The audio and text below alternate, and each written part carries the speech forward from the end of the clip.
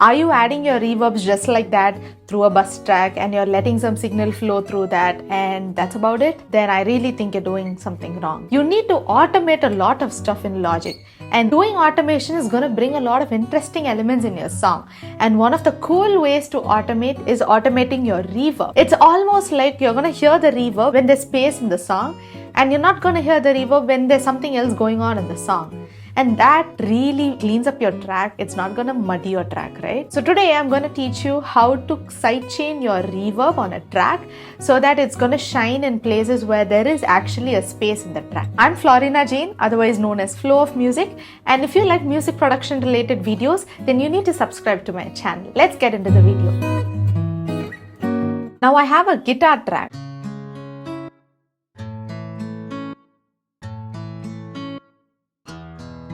So it's just totally dry and there's a clear gap between these two sections. Now let's add a reverb. So go ahead and add it like how you normally would do. So I'm going to use Sense, Bus.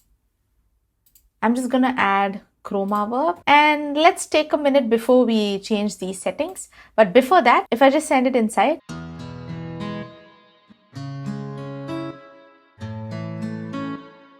So you're just hearing the reverb. And the problem is I'm hearing this reverb whenever the guitar is playing, and that kind of gives me an annoying feeling. And I don't really like that. So I just want that reverb to just come out like when there's a gap. So I'm going to add a compressor beneath this and I'm going to sidechain the guitar track. So I'm going to click this. So listen to what happens.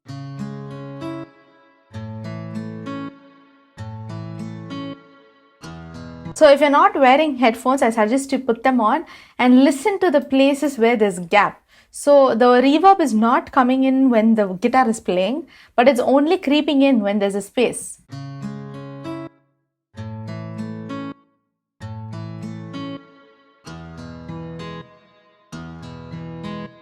Doesn't it have a cool effect to it? Without the reverb, it's obviously very plain, so you need some reverb.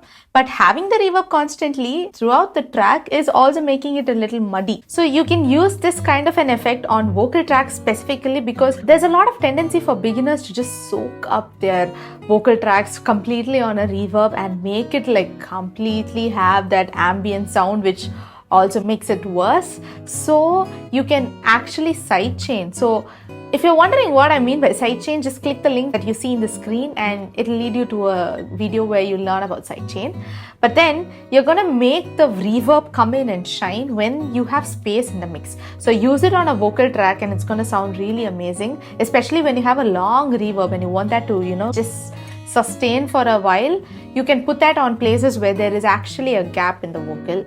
You can try it on pianos, you can try it on guitars like how I did. Experiment with this setting and let me know how it works for you. I'm Florina Jain and thank you so much for watching this video. I'll see you guys in another one.